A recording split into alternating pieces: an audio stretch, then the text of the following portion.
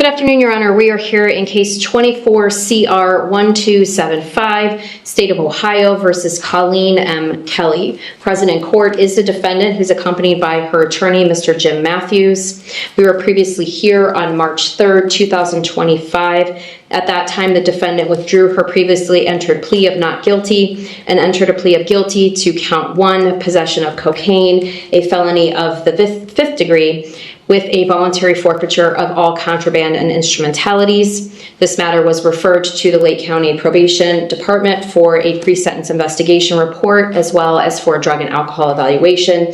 Those reports have been prepared. The state has had an opportunity to review them and is ready to proceed with sentencing. There are 51 days of jail time credit. Thank you, Ron.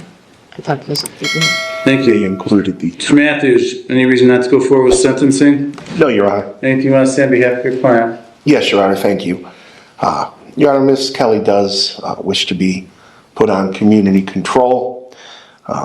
Ideally, from her perspective, the court would consider releasing her, having her attend an intensive outpatient treatment program, permit her to begin enrolling in school and working on rebuilding her relationship with her children.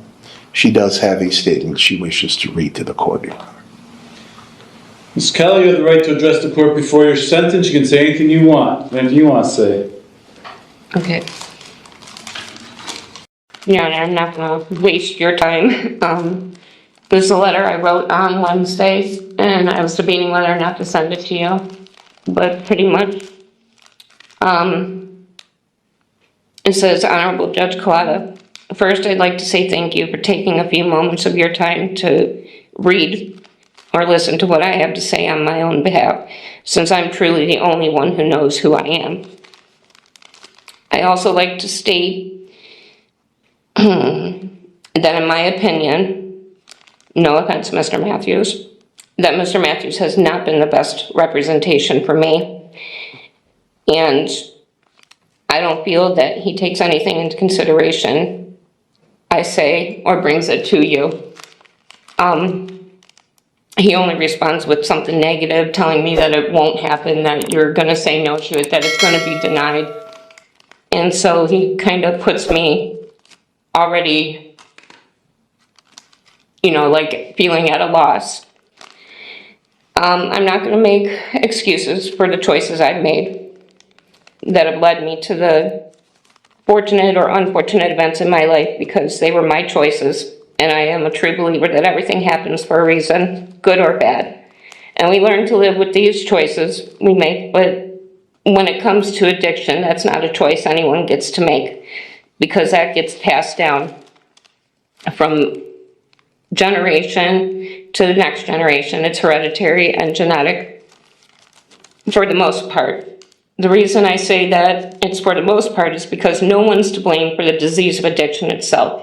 But I can say that I have been a stumbling block for my children due to the fact that they have seen me in my active addiction at times and may have condoned them to use as well when it came to weed. Yes, the gateway drug. And I am kind of a crappy mother for that and for allowing them to do that. I would rather have had them doing that around me, though, than to end up doing something and dying like I had, because it was laced with something more dangerous. And how could I say anything when I myself was using as well? Then I'd be nothing more than another hypocrite. I know that I'm a good person. Sometimes I care and worry too much about others, and I forget about myself. And I'm grateful that I've had this time to sit and reflect on so many things, but at the same time, it has made me feel, and as an addict, feelings sometimes aren't always a good thing. But being here, I've learned different coping skills to deal with these, and I finally gotten my medications in my system that I have needed now for a long time. Because not only am I an addict, but I also suffer from or struggle with mental health now as well. And I plan to continue my treatment with Crossroads, possibly Signature Health when needed. I'm planning on enrolling in college for fine arts, maybe a few electives. I have some jobs already lined up. I have phone numbers of other I'm sorry. I was under the wrong impression. The fact Mr. Matthews told you something and you said he was wrong. So, I'm a strong woman with a good heart who wants to change the world and make everything good. But if I'm not good enough for myself, then I'm no good to anyone else. Thank you for your time. I'm sorry I upset you. so what are you asking for? I guess I don't know what you're asking for, Miss Kelly. I'm asking just to be given a chance to try to get my life back. So you're supposed to let you out and you're going to do that all on your own? No, I already have phone numbers of people that have told me that I could call and they would pick me up. They're in. How are you going to address the drug issue? Oh, you don't have a drug issue according to you. I do have a drug issue, yes, sir. Nobody told probation. Told probation you didn't have a drug problem. I never spoke with probation. So that lady right there. On the monitor. Okay. When did I say I didn't have a drug problem? No, she's not there to answer your questions. When No, you interview- I do have a drug addiction. I never said I did not. So you didn't need treatment. You don't need people telling you what to do with your body. You can do whatever you want with your body. You don't remember any of that?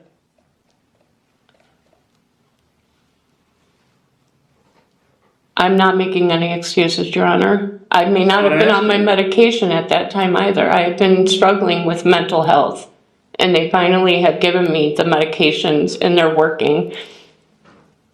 And I asked if I could continue my mental health treatment with her, and she said yes. I just needed to make an appointment, and she would continue it on the outside of here. I was in the program years ago. I had 5 years. I was a secretary. I was a chairperson. I was doing the events. I'd go to the camp outside. I'd go in early. I'd set up the chairs. So you're willing to go to inpatient treatment program? If that's what you feel I need, I mean, I can do the IOPs. I can do house arrest. That's not what I said. Inpatient, yes. If that's what you would like me to go to, I will go to an inpatient treatment. Anything else you'd like to say? No. You don't have to. Just make sure you said everything you wanted to say. No, Your Honor. Okay. Thank you. Mr. Matthews, anything else on behalf of the defendant? No, Your Honor. Mr. Line for the state?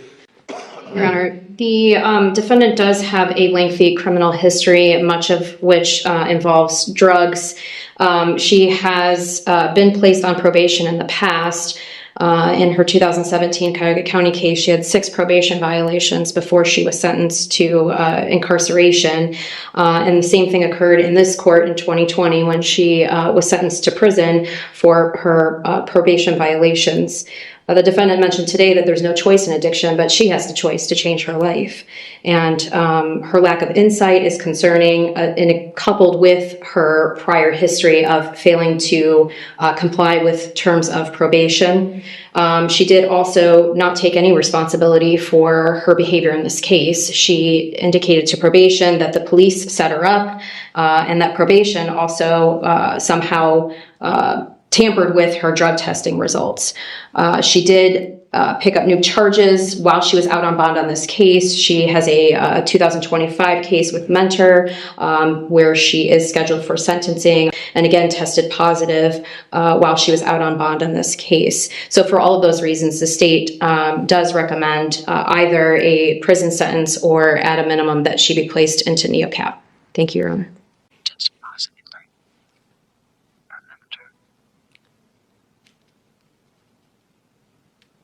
No, that sure wasn't. I've reviewed the pre-sentence report and evaluation, drug and alcohol evaluation, pre-sentence report and investigation, drug and alcohol evaluation. It's considered the facts and circumstances of the offense involved, the nature of the offense. I've considered everything that's been said here today by Ms. Kelly, the prosecutor, Mr. Matthews, the recommendations. All this is considered by the court in light of purposes and principles of felony sentencing set forth in 29-29-11. As for the factors in 29-29-12, nothing stands out factually indicating it's more or less serious. As for recidivism factors, all of these factors are present, indicating recidivism is more likely in the future, pretty much guaranteed. Defendant has a lengthy, very lengthy criminal history. She's served prison. It doesn't mean that that's what I did. I smoked weed on Doesn't mean Friday. that's what you did. You mean you can use one thing, which you didn't even test positive for, and it comes back positive. You told me that it came up positive for weed. Positive for When I brought it up to you, and I I'm said not it should have never come up, or I said the arguing weed with never you. came up. The fact of the matter is you used on Friday and you were on bond and you weren't supposed to use. She's not here to answer your questions, all right? She's not going to sit here like you treated her during the PSR and be rude to her and be demanding and say, I want this and I want that. Same way you treated the gal from the OCAP. I was not disrespectful to her. You're very disrespectful.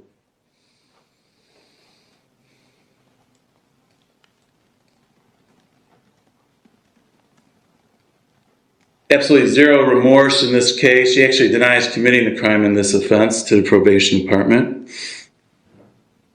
Those are all factors indicating recidivism is more likely. There's nothing indicating it's not.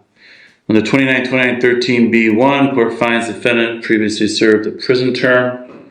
Prison is consistent with the purposes and principles of sentencing. Questions whether you're amenable to community control sanctions. And the fact of the matter is, you're here with us here. You deny even committing the offenses that you pled guilty to. So you came in and pled guilty, but then you went to probation and denied even doing this. You claim you didn't have a drug problem to the probation department, though you tested positive multiple times. You had a horrible attitude with the probation department. You were rude. You were questioning them. Very similar to probably what I was you're doing. upset, Your Honor. You gonna let me talk?